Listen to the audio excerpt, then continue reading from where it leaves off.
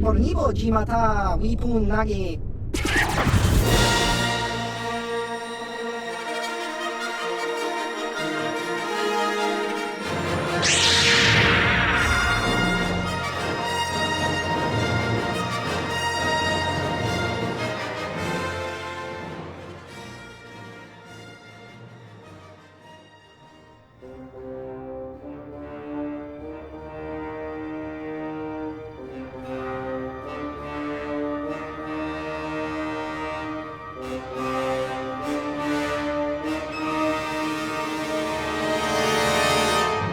In 1991, George Lucas's already immense Star Wars galaxy started getting a lot bigger. Alan Dean Foster's Splinter of the Mind's Eye in 1978, along with issues of the Marvel comic, opened up the possibility for more fiction, but in 91, the levee broke, and the universe expanded exponentially. After Heir to the Empire, there was Dark Force Rising, then The Last Command, the Dark Empire trilogy, the long-running X-Wing series, and soon, dozens more.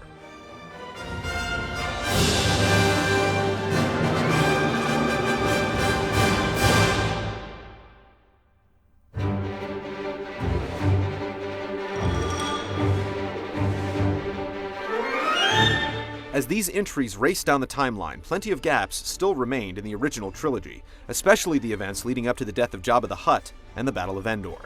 In 1996, Lucasfilm announced they would shed light on these moments in a rare multimedia event. A lost episode of the saga was going to be told in 3 parts: a novel written by Steve Perry, 6 comics published by Dark Horse, and a video game developed for the Nintendo 64. A soundtrack was also composed by a close colleague of John Williams, Joel McNeely. While all aiming to document the same passage of time, each medium took its own liberties with the characters. The book arrived in March, the comics ran through October, and the video game was released on December 3rd.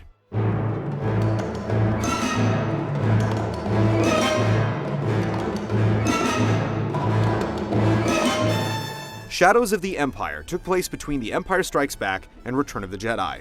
It was in this story bridge that Han Solo took a carbonite nap, Leia planned his rescue, Vader searched for his son, and Luke replaced the lightsaber sitting at the bottom of Cloud City.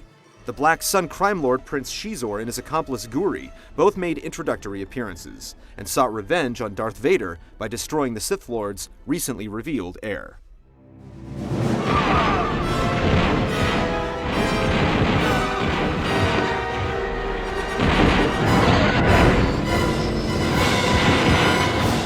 The video game followed smuggler and smart guy Dash Rendar and his co-pilot droid Lebo. The two helped out the Rebel Alliance and acted as Luke's personal bodyguards. Starting his story during the Battle of Hoth, Dash hopped into a snowspeeder and ended up on the short end of the battle to defend the shield generator. 2 years before Rogue Squadron, this in and out of cockpit sequence became the first 3D flight across the snowcaps of Hoth. Numerous players have confessed to never experiencing the rest of the game because they were busy replaying the first stage.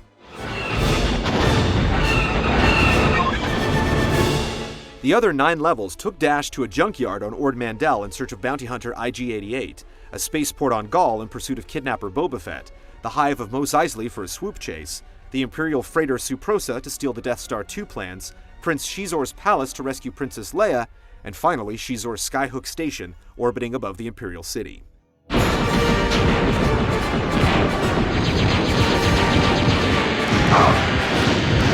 Players had a short time to get used to the Nintendo 64 analog stick before taking on Shadow's trio of gameplay perspectives. First person, third person, and an additional cinematic view were all available. Players could control their aim in third person and strap on a rechargeable jetpack to rocket through specific areas. A few dogfighting turret challenges popped up while Lebo sat in the cockpit, and the finale gave you direct control of Dash's ship, the Outrider, as you circled through Shizor's Skyhook alongside Luke's X-Wing, Lando's Falcon, and Vader's TIE Fighter fleet.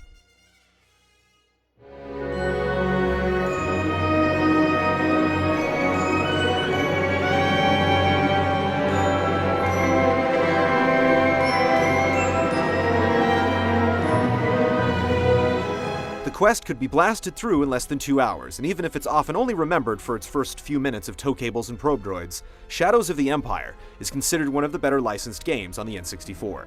Despite the fact that Dash was a minor character in the novel, story adjustments were made to help the hero take center stage. Finishing the game on easy made it appear as if Dash died in the destruction of the Skyhook, but completion on medium and above revealed he escaped into obscurity. The following September, Shadows was cast on the PC with polished visuals, animated cutscenes, and an accomplished list of voiceover talent.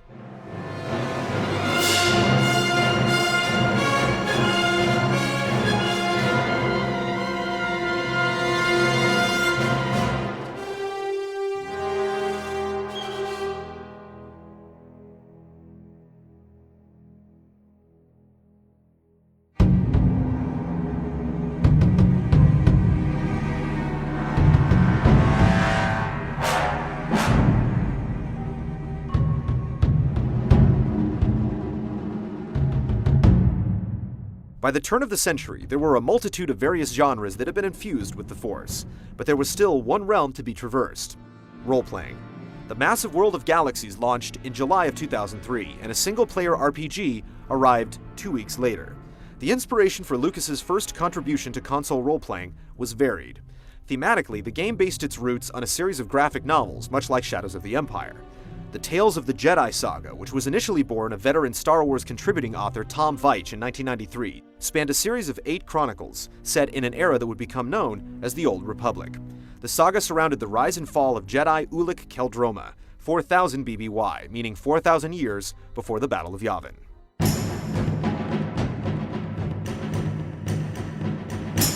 Tales of the Jedi spanned a lengthy period, enlightening many aspects of the early chronology of expanded fiction, such as the trials of the fallen Jedi Exar Kun and a wealth of Sith mythology comprising patriarchs such as Freeden Nad, Naga Sadow, and Marco Ragnos. The first 5 installments were compiled into a series known as the Knights of the Old Republic. In order to account for more creative freedom and less continuity issues, developer BioWare decided to set its game in this ancient universe.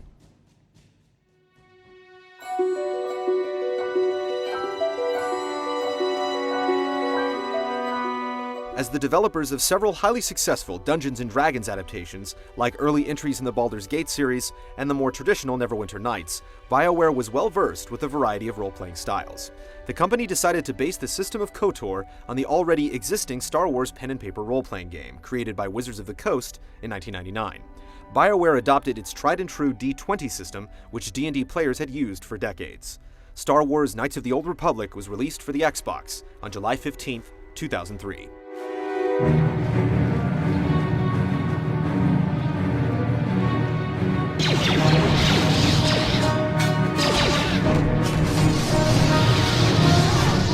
Statistics, level advancement, skills, and feats all progressed very much like Neverwinter Nights, with BioWare opting to follow the D&D's 3rd edition rules.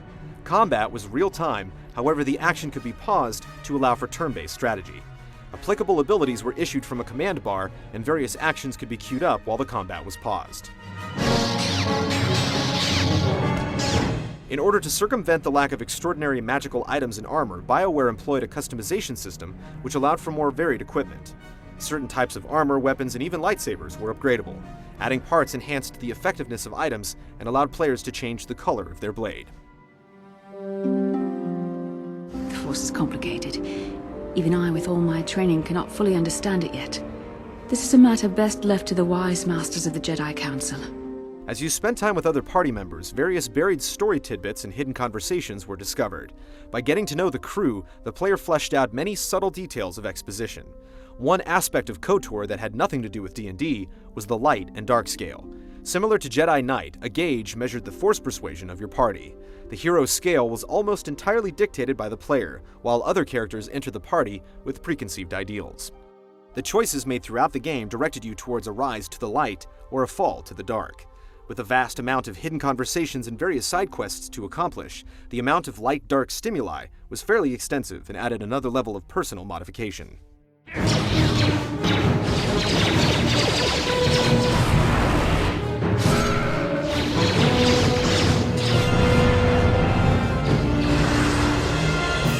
When everything worked, Knights offered a uniquely immersive Jedi experience. The ability to watch your Jedi grow in power and identity had not yet been realized on such a scale.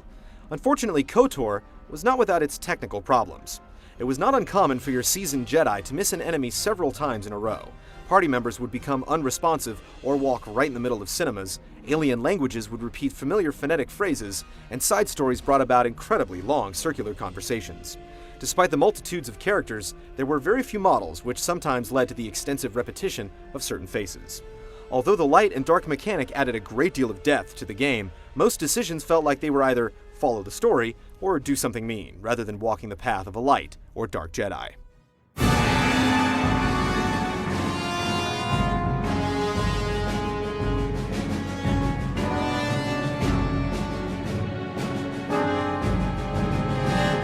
Unlike Shadows of the Empire, the source material served only as inspiration, not adaptation.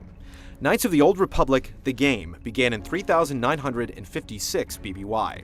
After a battle with the Sith, your character, a member of the Republic, awoke on board a nearly demolished Endar Spire.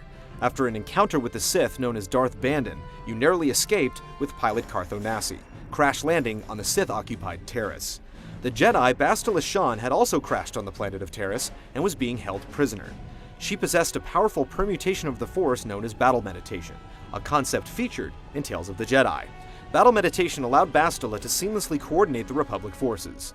If the Republic was to prevail, Bastila needed to be rescued.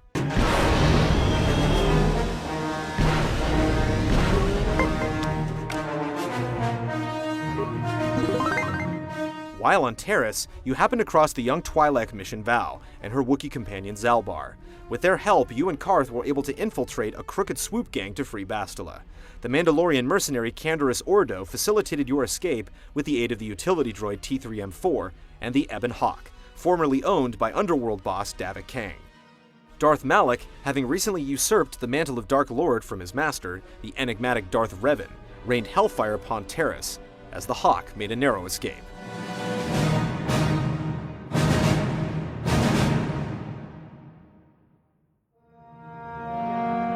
We Jedi know victory over the Sith will not come through martial might. Bastila then enlightened you of your innate Force potential. While studying in the Jedi Enclave on Dantooine, you were able to make some sense of visions plaguing your dreams.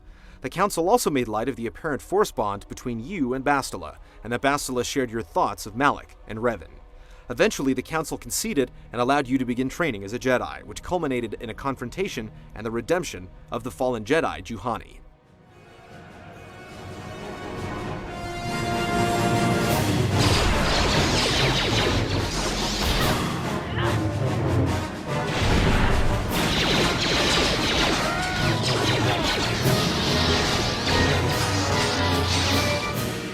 You were then tasked with unlocking various star maps to reveal the location of the legendary Star Forge. Traversing the barren endlessness of Tatooine, the dense ancient forests of Kashyyyk, and the darkened fathoms of Manan, the party faced countless sources of resistance from the likes of the Zerka Corporation, the revenge-bent Calo Nord, and Malak's apprentice, Darth Bandon. Along the way, you were joined by the peaceful Jedi hermit Jolee Bindo and the antagonistic battle droid HK-47. I just don't like organic meat bags. Except for the master, of course.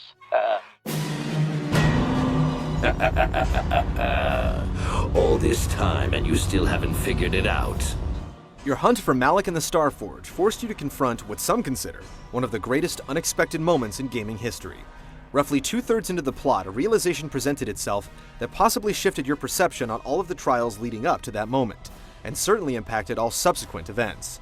The story swerve didn't change the fundamental aspects of gameplay, but it did change the player's point of view of the story. After discovering a mysterious planet born of ship debris, you were able to convince a tribe of a race of ancients known as the Rakata to aid you in your final step towards the Star Forge. You finally vanquished the traitorous Malak, and based on your actions throughout the course of the game, forged a new future for the galaxy.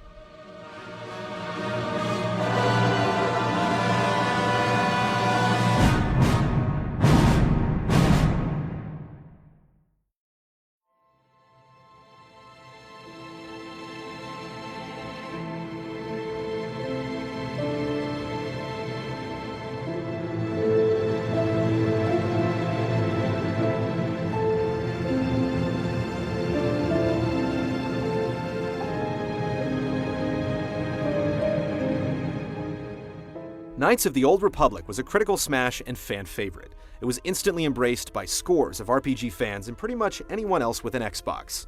The adventure was released on the PC and Mac 4 months later. It was one of the biggest Star Wars stories ever stuffed into one galaxy-wide video game arc. The ability to take two different paths and the multitudes of dialogue variations made more than one playthrough rather tempting.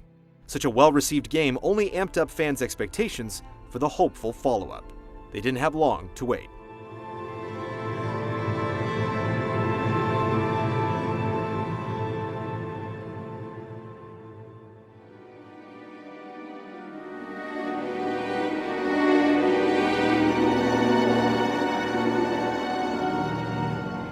Due to the incredibly high demand, the continuation of the Old Republic began just over a year later. BioWare, in an attempt to pursue developing custom titles like Jade Empire and Dragon Age, outsourced Knights 2 to Obsidian Entertainment. Obsidian was made up of many members of the former Black Isle Studios, which was known for releasing excellent Dungeons & Dragons adaptations such as the Icewind Dale series and Planescape Torment. Obsidian needed to crank out the sequel with maximum efficiency, which was a huge challenge considering the wealth of content involved. Knights of the Old Republic 2: The Sith Lords was released on December 6, 2004.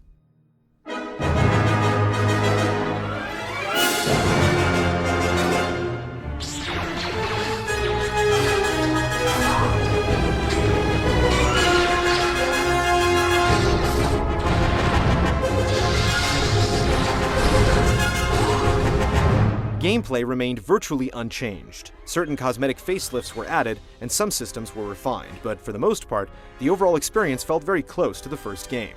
Although this meant similar technical snags and glitches that were present in the first, Obsidian knew that content and story were what made the original so successful. Your party members were now greatly influenced by the player's actions. The central character, known as the Jedi Exile, held sway over the party, and had the power to bring those steeped in darkness back to the light, or cause those gifted with the light to fall. The Exile could even train characters, greatly enhancing your party's Jedi capabilities.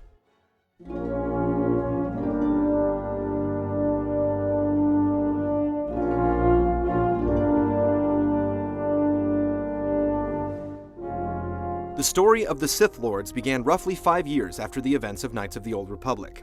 The galaxy was in the midst of an epic war, and with the Jedi all but wiped out, the Sith were emerging as the victor.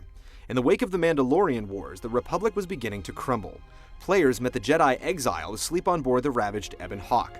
After being taken to a mining facility on Paragus II, you discovered two companions, a clandestine rogue, Atten Rand, and a wise crone calling herself Kreia. The three banded together and assaulted the serial killer HK-50 and the rebel ship Harbinger, which was overrun with Sith. With the aid of the droid T3-M4, the party narrowly avoided the clutches of the horrifying husk of Darth Sion, and caused cataclysmic damage to Paragus.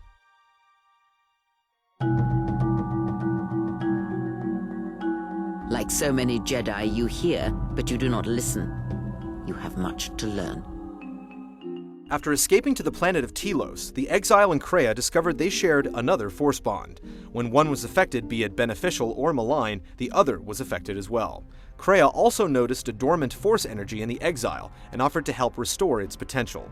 Eventually, the party discovered a hidden sanctuary in the polar regions of Telos. There, you discovered the Exile had gone against the Council's wishes and fought for the Republic in the Mandalorian Wars. It was your help that made the difference on Malachor V, however, the price was dear. Many lives were lost, and you were called by the Council to answer for your crimes. Although thought dead, several members of that council had gone into hiding on various systems, so you set out to find the Jedis Kavar, Vrook, and Zez Kaiel.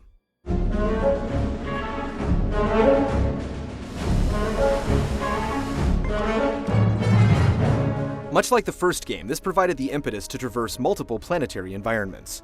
The Jedi returned to Dantooine and Korriban, both locales in the first game, along with the shady slums of Nar Shaddaa, the ancient world of Onderon and its moon Duxon, which were featured heavily in the original Tales of the Jedi content, and the celestial graveyard of Malachor V.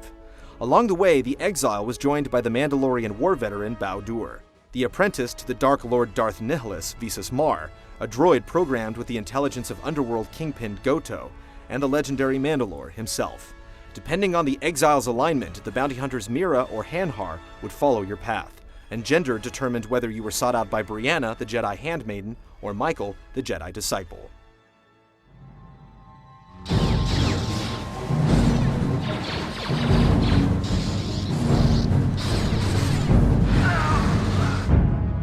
There was no prominent plot twist as there was in the original. The Sith Lords relied on subtle shifts and the gradual building of information. As the story went on, players became more and more aware of their place in the universe, and tread a path that forced the exile into self-discovery and acceptance.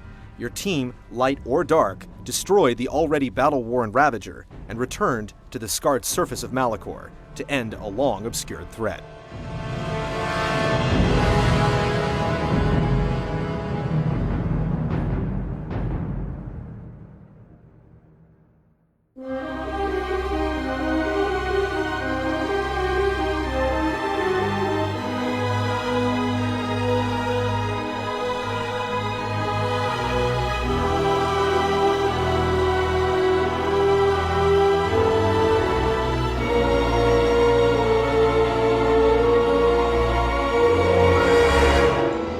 For the amount of content squeezed into the development timeframe, Obsidian was able to create an incredibly deep sequel that told its own story while also enriching the first.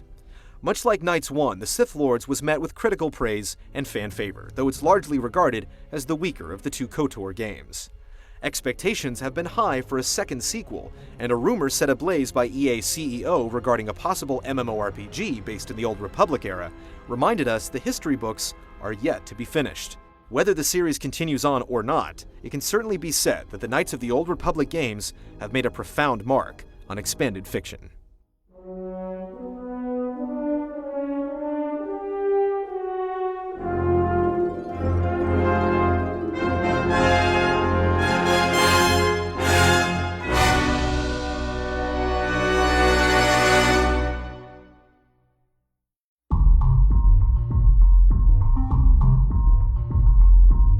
Although the Knights of the Old Republic series won both critical and public acclaim, it was certainly not without its continuity issues and idiosyncrasies. Some of the largest question marks stem from the game's incredibly distant timeline. The source material from which KOTOR took its inspiration, Tales of the Jedi, was set 4,000 years before the Battle of Yavin. In keeping with the logical timeline, it depicted a much more primitive past, complete with skeletal ships with membranous wings and roughly hewn stone temples and dwellings. However, the transition from graphic novels to video game grounded it in a somewhat unrealistic chronology. The entire aesthetic of the universe changed in favor of a style more similar to the films. With the exception of a few monsters and references to Freed and Nad and other Sith Lords, the characters in the plot of the game bore very little resemblance to that of the graphic novels. These discrepancies all led up to a timeline where the technological, ecological, and cultural advancements that took place over the 40-year gap between comic and game eclipsed any progression made over the subsequent 4,000.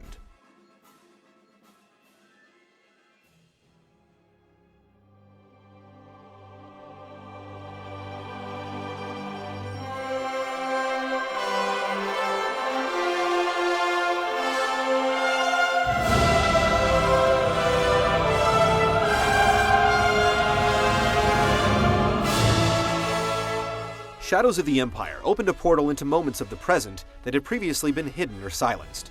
It dealt the final strike of the Empire and forecast the Jedi's triumphant return. Knights of the Old Republic glanced far, far into the past, uncovering secret relics from the dawn of technology in an era pivotal to the balance of the Force. It proved that, in Star Wars, the more things change, the more they stay the same.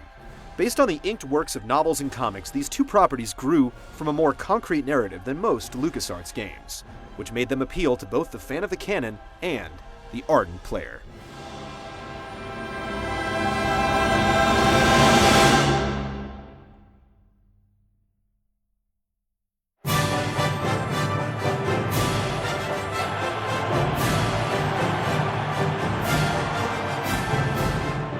In Episode 8, we'll log into interactive Star Wars on the grandest scale. Relive with us the turbulent history behind the largest multiplayer community of smugglers, bounty hunters, officers, and Jedis in the world.